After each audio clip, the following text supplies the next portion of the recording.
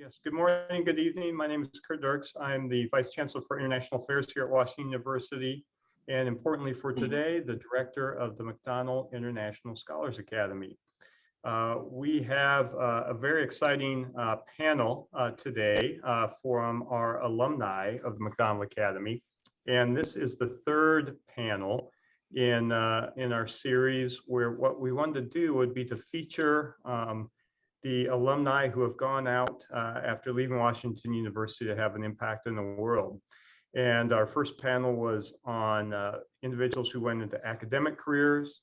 The second panel in June was on individuals who went into corporate and professional roles. And this panel are individuals who have gone into entrepreneurial roles and to start their own enterprises. I think what has been so great about these, it's really highlighted at least three things. One is just the immense talent of all our alumni who have come out and doing important things.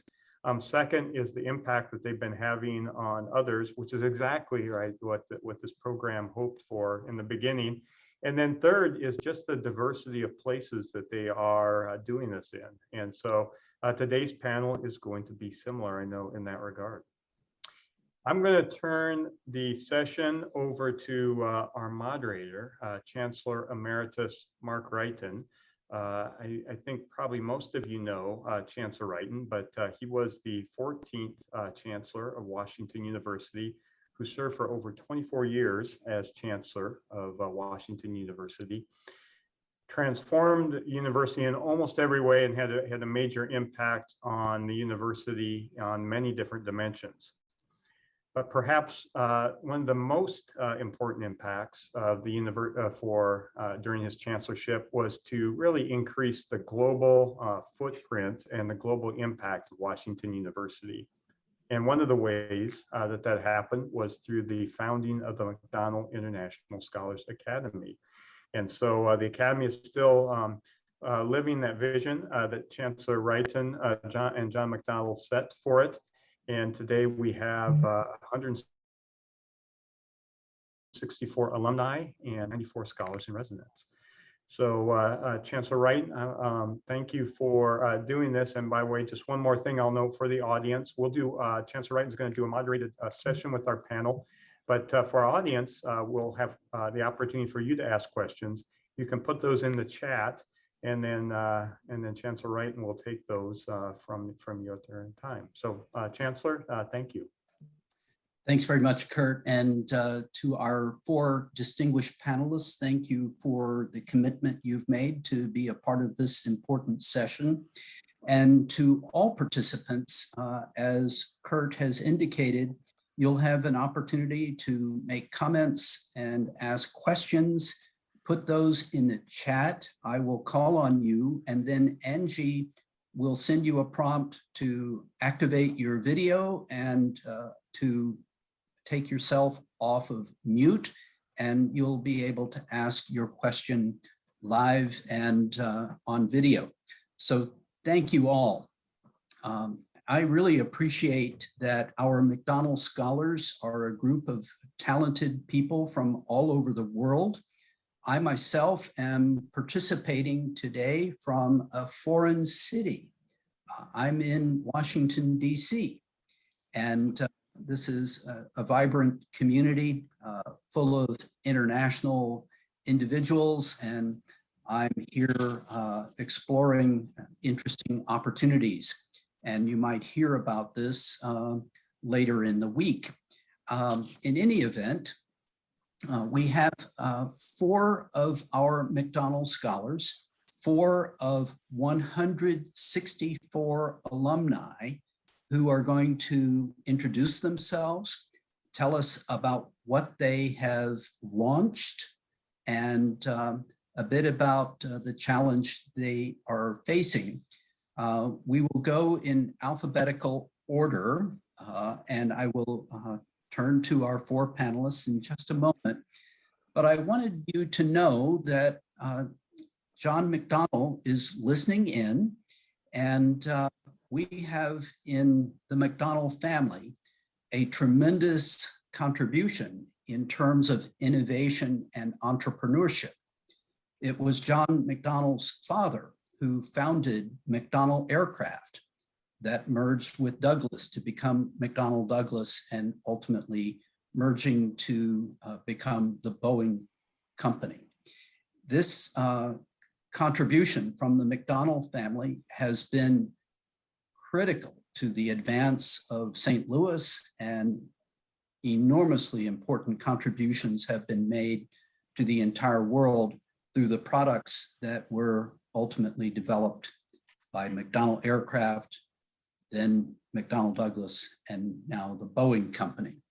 So I hope for McDonnell scholars that you are able to develop organizations and activities that have large global impact.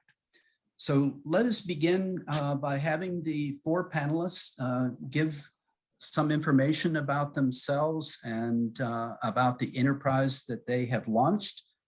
Let's begin with Gilad from Israel, Tel Aviv. Thanks. So first of all, very happy to be here with all of you. A few words about my background. So my background is in computer science. I got my BA from the Interdisciplinary Center, currently called the Reichman University in Israel. Then I worked for a few years in startup companies in Israel and in big companies such as Microsoft. And I then got to St. Louis and got my MBA together with the McDonnell Academy, graduated in 2009, stayed for a few more years in the US, joined a startup company and led their entire operation with their customers. And then about 10 years ago, got back to Israel and decided to found, together with my wife, a startup company called 24Me, which is what I'm doing until today. In 24Me, what we do is we create a platform, a personal assistant technology company. It's a platform where we try to really change the way people manage their time, to really innovate and change and bring some tools and technologies for people around the world to better manage their events, tasks, and so on. We have millions of users worldwide, and that's it, I guess. Okay, great. We look forward to talking with you about that important work that you're doing. And in St. Louis, we have the Foundry Bakery, having been founded by one of our McDonnell scholars. Ms. Pham, please introduce yourself and tell us about your business. Thank you. Yeah, my name is Hong Pham. I graduated from Olin Business School in 2011. Before and after graduating from this school, I have been working, I have worked in multiple corporations. But once I got back to the US in 2014, my husband and I founded the Foundry Bakery here in St. Louis. It has been a great journey so far. Yep. Well, I have to give a personal testimonial. I place an order every week, at least every week that I'm in St. Louis. And the products of the Foundry Bakery are delicious. And I'm not arguing that they are necessarily, the good health nutritious, but they are certainly rewarding to me, Teresa. We also provide gifts to our neighbors and to our friends, and it's a great organization. Thank you very much for all the work you and your husband are doing. Oh, thank you so much. So let's move on to Jacob, who would ordinarily be in Israel, but is in Boston, Massachusetts for a special event.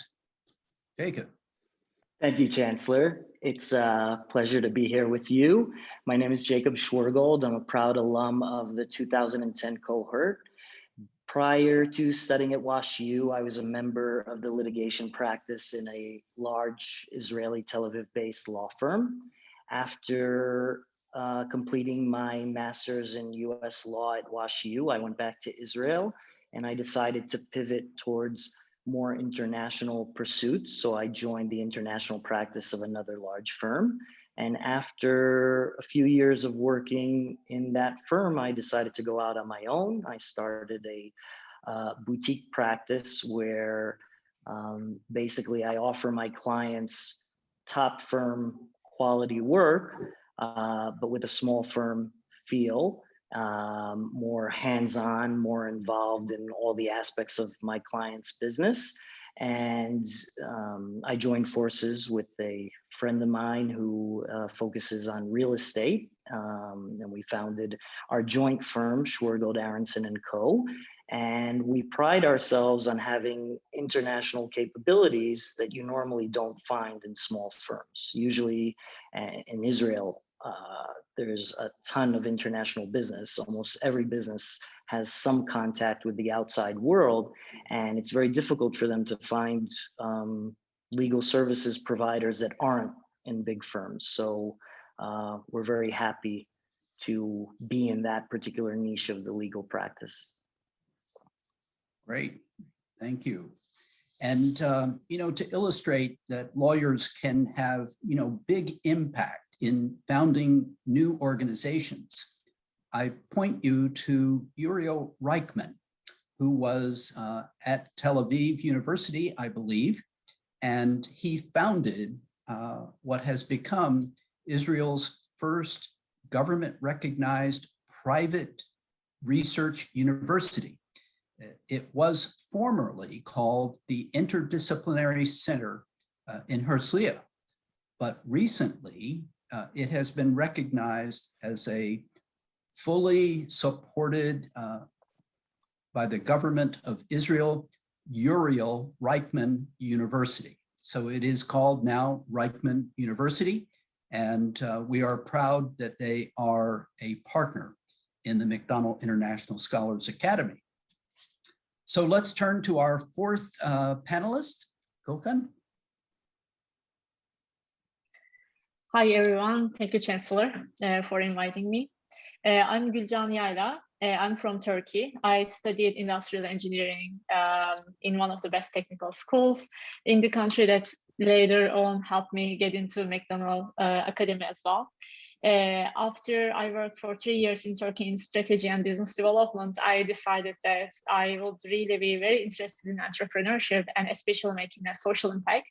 I was mostly interested in the education sector, and I see a lot of problems there in general, like lots of us. And so I decided to learn more about it and came to the United States and did my joint degree in MBA and Master of Social Work at Washington University in St. Louis and graduated in 2017. And when I was studying in the US, actually, I was exposed to so many innovative models here about how to really solve some of the biggest problems in education. And with that learning, first I started working in Washington, DC at the World Bank and Malala Fund. But in 2019, I realized that actually the biggest impact I can do would be in my country. So in 2019, I decided to full-time, just committing my full-time into my enterprise named Patika in Turkey. So at Patika, we are providing made-to-order developers to worldwide companies. So what we do is basically just the technology sector, as you know, is growing so fast, needing so many talented people, but most of the time people are not graduated from schools ready to be employed in this sector. And in many countries like Turkey and some other countries in our region, a very interesting thing is that there are thousands of engineers that are unemployed. This is very interesting when I say it in the US, but because in countries like us that have a huge young population and education is much more available to people, most of the people are reaching it, but they are not graduating ready. So what we do is partnering with companies, understanding their needs, and training people based on those needs and placing them into jobs. And I'm so proud that through so many partnerships, including Harvard University and other places in the US, we have trained until now more than 50,000 people in Turkey in the past 4 years, and it just helped them getting their first jobs. So yeah, that's my job right now, and just probably we will tell more about it to you. Wow, 50,000 people, that's tremendous. And you mentioned as we were gathering as a group of panelists that you have recently moved to St. Louis. So thank you for your commitment to join this important community, and we're proud of all of you as McDonnell Scholars. And my first question as a moderator would be to ask, how did your experience as a McDonnell Scholar influence your career decisions? And I'll ask each of you to comment on this in a minute or so. Please, let's go in reverse order this time. Okay, then I will start. Okay. So for me, one of the most important things for me was to meet with people from around the world here and to understand the dynamics there. I mean, the events that we held at McDonnell Academy really just first of all helped me understand a little bit better about what's going on around the world, and the problems that I thought that was unique to my country is not actually unique at all. We are all experiencing the same challenges. And it helped me to think bigger in my work. So for example, one of the reasons I moved back to St. Louis is right now I'm trying to open my company to US as well. And we did our first remote employment today, actually. Just we placed a Turkish developer into a US company. So these kinds of things actually are, I think, just supported with the mentality that I was really exposed in the McDonnell Academy. So I think that's very important for especially entrepreneurs like us to think more globally and to realize the common problems and the common solutions that we can find. So I'm very grateful for that experience. Great. Jacob, how did the McDonnell experience benefit your career and what you're doing now? Well, it definitely benefited me immensely, I think, in two ways. First of all, it opened my mind to think a little more out of the box about my career. Prior to coming to WashU, my career path seemed pretty straightforward, staying in a big firm in the litigation practice. I certainly intended to try to focus more on the international aspects of litigation, but I thought that's what I would be doing. And being in St. Louis and meeting people from all over the world and studying all types of courses about international law and about different cultures and different political systems really made me realize that I want to be more international in my day-to-day work life. And that really influenced me in my decision when I got back to Israel to pivot towards an international corporate and commercial practice. It also gave me a lot of confidence after spending a year with people, really brilliant people from all over the world, and conducting myself in English in a business and academic environment. It gave me the confidence to go and do that in my career. And I think it was also a major contribution to my ultimate decision also to open my own practice and just go ahead and take the chance of doing it. I remember I got excellent advice from the late CEO of FILA, who was with us on the New York trip, who advised us all to be patient, to cultivate relationships, and to be prepared for when opportunity knocked.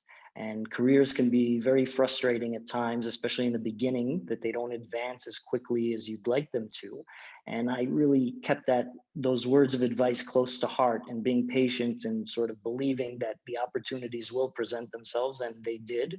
And when they came, I was prepared in large part because of my experience at WashU. Thank you. And thank you for mentioning the important role that the late John Epstein played in the McDonnell Academy. He was extremely supportive for those scholars who had the opportunity to travel to New York and meet with him and FILA representatives, it was always a great experience. And though FILA is a very old company, John and Jean Yoon, based in Korea, redeveloped to FILA to become a global successful enterprise. And recently I saw that their products are being advertised by Brooks Brothers, which is a Boston-based retailer. And it's very exciting to see and to remember the important role that John Epstein played. Wang, tell us about your experience as a McDonnell Scholar and how this influenced your career decisions and what you're doing now. Yeah, absolutely. There are several ways. There are multiple ways that the Academy have helped us in our career, shaping our career so far. One thing I would love to mention, I definitely need to mention, is that without the Academy's help, we might have not survived the pandemic. I mean, Jim and Mary and then Chancellor Wrighton have gathered to place order and then deliver bread to so many professors and their neighbors throughout the whole pandemic. And one day we counted that Chancellor Wrighton placed 365 orders, and we made a point to tell him, oh my gosh, you have placed order for the whole year. And so, yeah, without the Academy's help, we might have not survived the pandemic. But another point I want to mention is that during my time in the Academy, the Academy have taught me how important it is to include people from all over the world, from different backgrounds, through all the gatherings. And that really helped us envision our place, the bakery right now, as a place for people to gather, not just a place you get products to get baked goods, but really a place for people to gather and exchange ideas. And we have so many good conversations with people from having so many different kinds of jobs. And that is a really rewarding thing to do at the bakery. Yeah. Well, thank you. I mean, I can, share firsthand that the bakery is not only a place to pick up something that they produce, but also a great place to gather and to have a relaxing time. They have baked goods and all kinds of good drinks. So it's a great gathering place, and that's a very important contribution. Making St. Louis more cosmopolitan is an important contribution. So let's hear finally, in connection with this question, from Gilad. Yeah, so I think one of the biggest benefits to my career, but also I think my personal life, was around conversations. So I have a lot of memories about many conversations I had with all my cohort and scholars, teaching me how to appreciate the differences in people's needs, expectations, and where they come from. In 24Me, we have most of our users are from around the world. They're not local from Israel. And we have many conversations with them, hearing back from them with requests and thoughts and feedback. And you need to practice that in order to establish really deep conversation and understanding about people's needs, because on the bottom line, in order to benefit people and be successful, our product needs to really answer some real needs of people. And in order to understand people from different cultures and different territories, you have to have those conversations where you can really listen and appreciate that many people are really different than what you expect, than how you work, than how you leverage technology. And I think I benefit a lot from conversation I had in the academy, learning and how to hear other thoughts how to give the space to other people to really express something that you might not first or initially understand. So yeah, definitely I carry that with me, and I remember that as a big benefit from my years in the academy.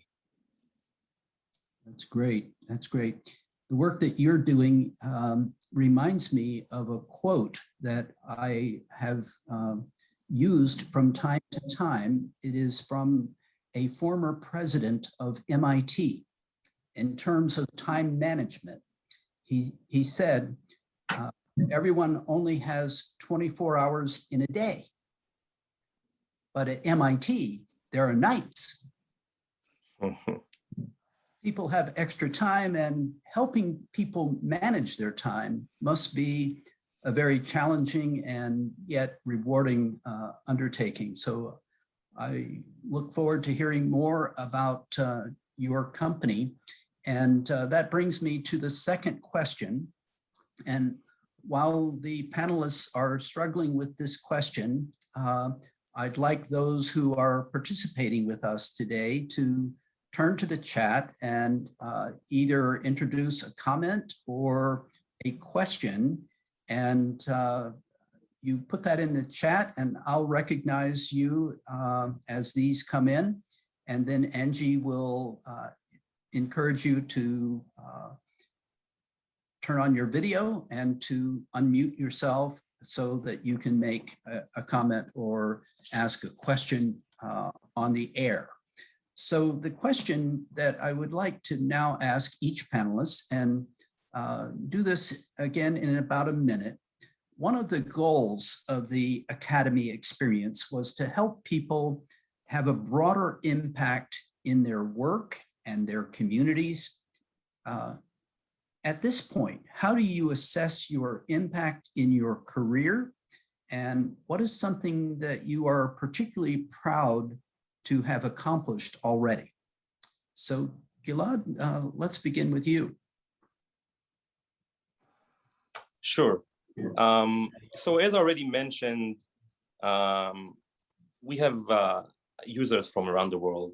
I think one of the things that I'm most proud about is actually maybe a small thing, but or not something that I initially thought would happen. But from time to time, we're getting emails from users thanking us for our product, and sometimes it gets really emotional when we get emails from people that went through some trauma, maybe medical thing or something that really affected their ability to focus or manage their time.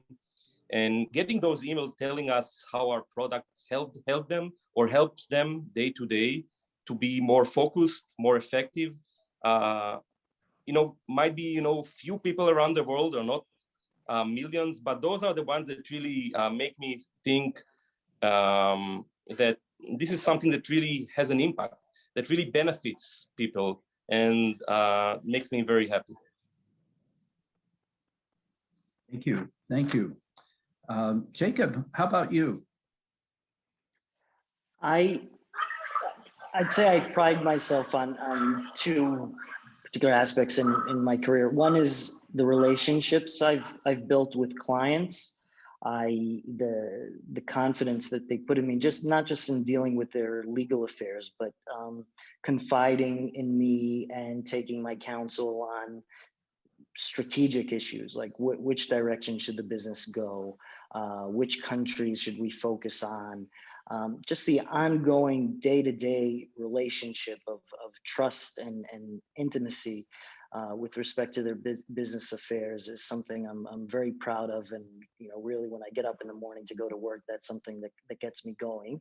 And another point is, it's very nuanced, but that in certain points in meetings or in giving advice, you steer, even with very small things, just a small word of advice, and you could really steer things in a certain direction that ultimately have a lot of repercussions, whether it's with a specific regulation. The past few years, I've been involved in representing cutting edge companies in the medical cannabis field, which is a very complex landscape. And every now and again, if you could come up with a creative solution to both be totally compliant and even put an extra emphasis on compliant in terms of international regulations and Israeli regulations, and also be creative in terms of the business that you're steering towards to, or the market you decide to focus on.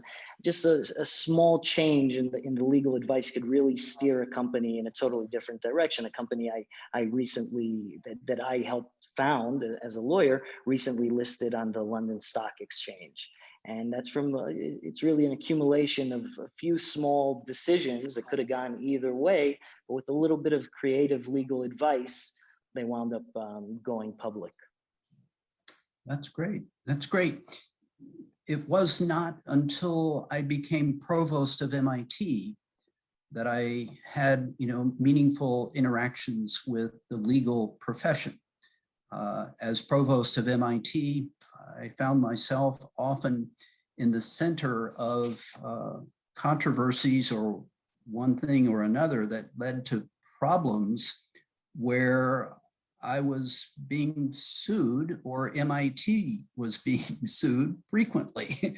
And I had great advisors in the legal profession. And when I came to Washington University, I was very fortunate to have the opportunity to work with Michael Cannon, who was our general counsel and executive vice chancellor, a Rhodes Scholar and a really brilliant person. He became a wise expert in higher education, well beyond his legal expertise. He was a trusted advisor to me and to many others. So you're on a very good track. Jacob, thank you for sharing. How about our Turkish St. Louisan? What are you most proud of at this point? Yeah, so in my job, I'm trying to help people find jobs because so many people around the world, especially young people, are unemployed. And in countries like mine, when the education is mostly free, lots of people get education, as I said, and then as their education level increases, the unemployment level is also increasing. There's an interesting trend like in Turkey or Latin America, in those regions. So here, most of the time, when companies help people find jobs, most of the time, all the burden is on that person. So that person, to get a job, they need a training, an upskilling training. And most of the time they pay the boot camps or the trainings to get in there. And then once they graduate, they are again looking for a job. So all that burden is there. On the other hand, when we are talking about technology sector, the companies are suffering from lack of people. I'm sure Gilad would just know what I'm talking about here. And in my company, we just changed the equation. We are working with the companies. The companies are paying us to train the people that they need, so that the talent that is already looking for a job, that already doesn't know what is going on, that already doesn't have an income, doesn't have to pay anything. And the only thing we ask them to do is really to do well in our trainings and to get into the jobs, into the company that our hiring partner. So changing this equation really changed the mentality of the education as well, because we are talking about, once we are upskilling people in tech in such an important sector, it is changing their life and it is providing a huge human capital to the world. So as I said, today I'm placing a person into a job in a US startup. Like, this is such an important person for a startup, especially if you are hiring your first 10 people. So the value it is so high, and we think that this human capital, like to really provide talented people to the world, we need to work with the companies, understand their needs, and we should be working with them really to just place people into jobs like that. And so this model is obviously so impactful because just not charging anyone and really providing this training for free opens up the playing field to everyone. So as long as they have an internet connection at home and a computer. And I have, of course, had a lot of stories, like we hear every week an impressive story from people around Turkey. So we are helping a mother, for example, who left her job years ago. Like, she's taken our courses, really doing well and getting a job, and emailing us about like how it changed her situation in the family as well. Or like someone who was a lawyer, for example, and who didn't want to be a lawyer, who his job, like emailing us like this changed his life and really he's doing something fulfilling now. So that is a very amazing thing. And one of the things we are also focusing on is, obviously, as a woman as well, I also struggled a lot in this sector first because it's so male dominated. So one of the missions that we have is like to increase more women representation in tech. So we are really focusing so much there as well. And that is very fulfilling in itself, and something we need to consider, because these tech jobs are really paying well. And when we are having there's already gender difference in income around the world. And if we are placing mostly men into jobs that are paying well, almost just have a ratio, that is increasing the gender gap. So what we are pushing is really just placing also more women into these jobs, and at least just connect aspect as well. So that's why I have a lot of stories in the job I'm doing, and I'm so grateful for that. Well, thank you. Thank you. I think I'd like you to be introduced to one of the trustees of Washington University. His name is Cash Nickerson. He's a law alum, and he's a very interesting person based in Dallas and Austin, Texas. And he has been in the business. He founded a business that involves placing educated people in STEM areas with major corporations. I think he would enjoy meeting you and learning more about your business, and perhaps there are some collaborations that might ensue. But I know he would be very interested in meeting you. Let's hear now from Huang. What is something that is most bringing to you a sense of pride in terms of your work and accomplishments so far? We are very humbled by all the help and support we have got so far, and we would like to extend that kind of support and help and joy to people around us. And so far, we're very proud that we have made some small impacts in people's lives, especially during the pandemic. We have a lot of customers either come to us personally or call us to tell us how our products have made their day. That is very rewarding, and yeah, very rewarding. Yeah. I should note that you acknowledged me in terms of helping you through the pandemic, but the key contributor was the founding director of the McDonnell International Scholars Academy, namely Jim Wirch.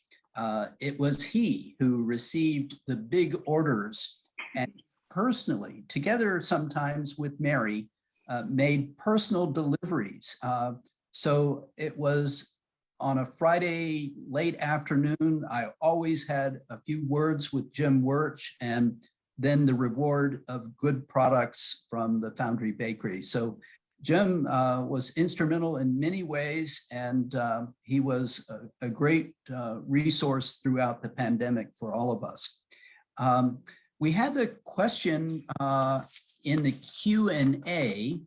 Angie, would you be able to encourage Nicole to make the question in person on the video? Nicole Benoit. Good morning. I think I remember exactly how I phrased it. Thank you all for this incredible session. It's great to hear from everybody all over the world. I will second that opinion about MIT in the 24 hours. I completed 2 boot camps, and utilize many hours in the night to fill that 24-hour day. My question for the panelists, I found with startups, the best lessons are in hindsight. Is there anything that you would have done differently in building your business during those early stages? In terms of my practice, I think one thing I would have done way earlier if I had to do it all over again was to hire associates and to expand. Took me a long time before I brought myself around to hiring associates to work on cases and on transactions. I would have done it earlier in retrospect. I would say something similar to Jacob, a little bit different, but I would fear less. I think I was mostly waiting for the right time. Like I should be doing this exactly perfect, and then I would do the next thing, or I would hire the next people just after I hit this goal and everything. So I would fear less when I took my next steps, I think. Any other comments from panelists? Well, in the chat is an interesting commentator, and I'd like Angie to allow John McDonnell to open his video and unmute and make his comment. John, welcome. Thank you. Let's see, I'm not sure I know how to open the video. Hey, Oh, wait, how about, can you see me now? Yes, sir. so Okay. good to see you. You look great. It's great to see all four of you panelists again. In fact, I have fond memories of the trip to Washington when Gilad and Jacob were my volunteer bodyguards in that scary environment. And with them as my bodyguards, I felt very safe as we went around Washington. So thank you both. But in any case, it's great to see all four of you. And I just want to say how much I laud you for taking the scary plunge of starting your own business or practice. I mean, it's not something that many people can do, and yet it's very important for all of us. I mean, for our civilization, for our world, to have people like you all that are out there, you know, on the line. And I also really think it's great how all four of you emphasized the connections you have with your clients and customers and how important that is. I mean, I think that is great. And so it's fun seeing the four of you, and I'm looking forward to continue to see as you continue in your business careers. Great, thank you, John.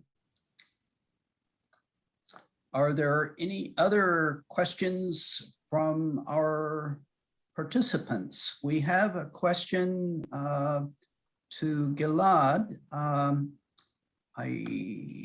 It is from Yoram Rudy. So let's activate Yoram's video and ask him to unmute himself. Yes. Hello, everyone. First of all, I will definitely second what John McDonnell just said about entrepreneurship. I think it's really the heart of the growing economy, with the small businesses being developed and grow. Let me see. Start video. Anyway, I have a specific question to Gilad, and this is that in regards to your platform that you and your wife built. Time, as you know, time is very different in different cultures, and time management is different in different cultures and different professions. And my question is, how does your platform takes it into account, and whether the experiences, the cultural experiences of the McDonnell Academy helped you to consider this issue? Yeah, great question, Yoram. So indeed, many people, have different type of habits and processes for managing time. Because we are so global, we need to go, in the middle path to offer something that is quite generic and maybe allow some modifications that you can configure inside the app. But we try to do something that will be beneficial for most users, up to the point that many times we get requests from people that we understand why and where it's coming from, but we just cannot do because we know that it will impact the majority. And the whole purpose here is to offer technology that will actually make people more efficient, more fast, more effective with managing their times. So, you have to go in the middle line to offer something that is generic enough and benefits the majority of people. I hope that answers your question.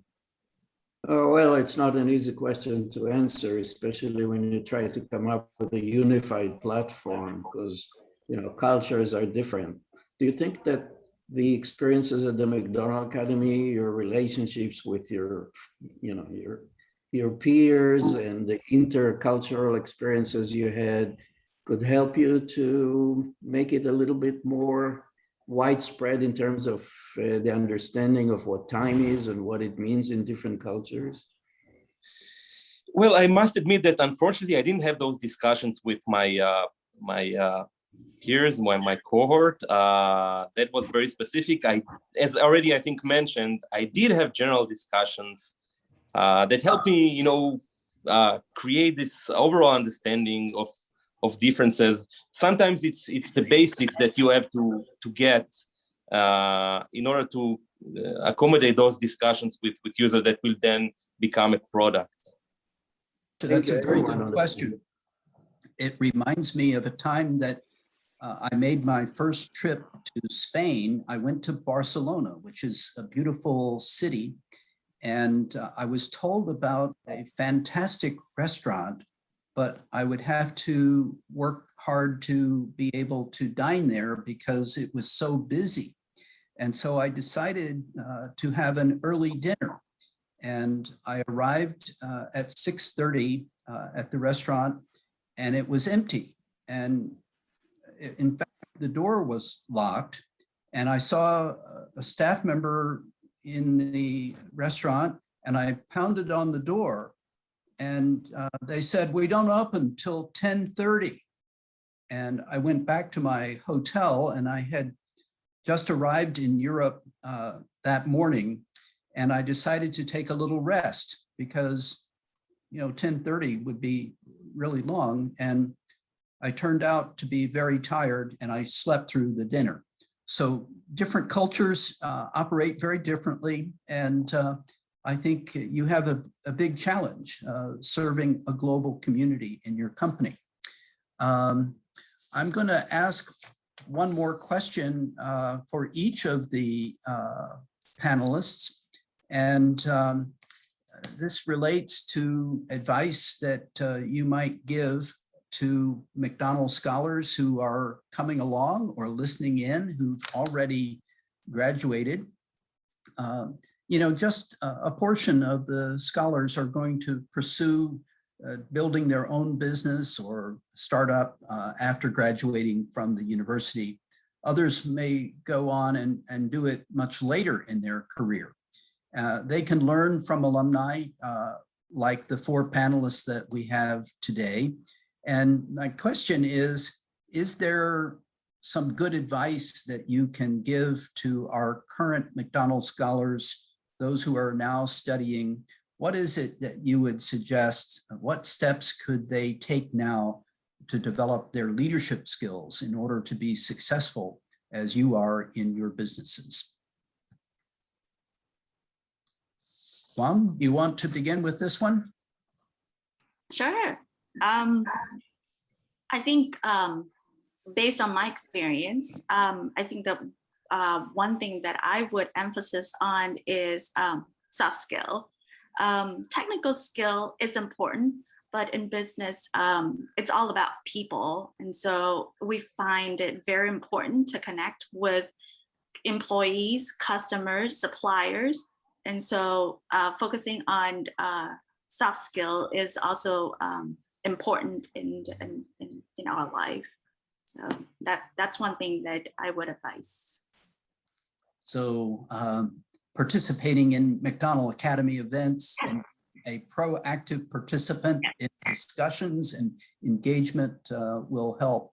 And one of the design parameters that we had is that when McDonnell scholars gathered, you'd be interacting with people from very different cultures, from very different backgrounds, and from very different academic disciplines. So we hope that the development of soft leadership skills will be an important part of the McDonnell Academy. Gilad, what about your advice?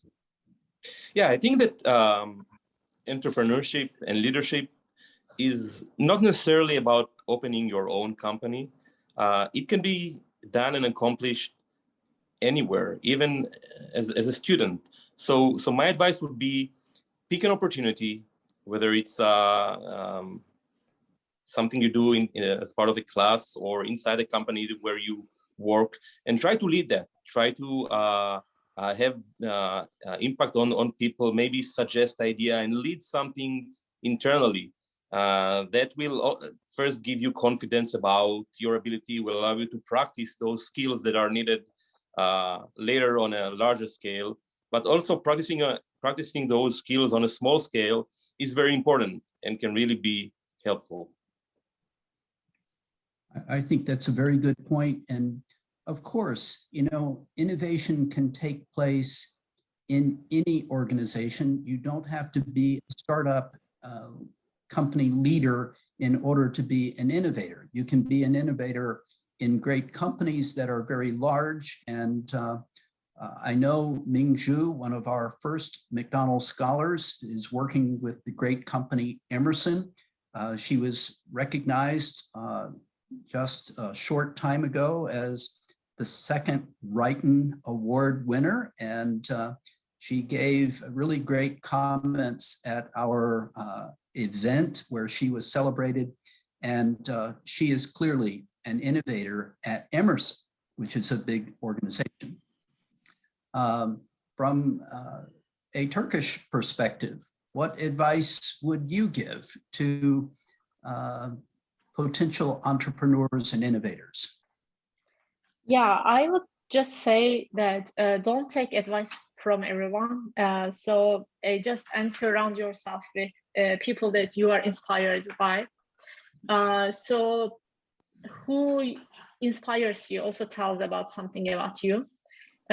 So one of the mistakes that I did in my career was like really just maybe not paying too much attention to that. But once I did that, once I really just looked at the people that inspires me, looked at their stories, what they have done, and just listened to them, I made much better decisions, I think, in my life. So I would just say that really just either it is a McDonnell Academy event or some other thing, or maybe some YouTube videos, I don't know. Just surround yourself with people that inspire you, not make you just feel scared or just push you to do things that you actually don't want to do, but really just people that you should listen to, I think, is the ones that inspire you when you listen to their story, not everyone. Great, thank you. Jacob, what is Firstly, for current scholars, I would encourage you to avail yourself of everything that Washington University has to offer. During my time at WashU, besides studying, I was part of the student union, and I was engaged also in mediation with the Better Business Bureau. And being a part of all those things really hone your skills besides academic skills, your communication skills, certainly leadership skills. Really, it's being at WashU is a one in a lifetime kind of experience. Afterwards, you have to go back to to work and to your career and to build businesses, take advantage of this time of being in the ivory tower, of really utilizing everything WashU has to offer. Whatever interests you, go do beyond your regular coursework and just be involved. And secondly, invest in relationships. Keep in touch with the people you're studying with, get to know them, be curious about them, and after graduating, stay in touch with them. Great, great. Thank you all. And you've been very, very effective in your communications. I know that that is essential to what you're striving to do in your careers. And I'll close with myself providing a bit of advice that I give to students and very mature people. And it is the following: you can only respond to the opportunities you actually have. And you should work to create opportunities, and don't turn them down if they come along prematurely. Consider them carefully. And I very much hope that you, as 4 leaders of new enterprises, will continue to explore opportunities that come your way. And I wish you and all of our McDonnell Scholars all the best as you continue your time here at Washington University, and for the graduates, all that you're doing in your career. We wish you the best. I'll turn it over to Kurt Dirks to wrap up our session. Kurt?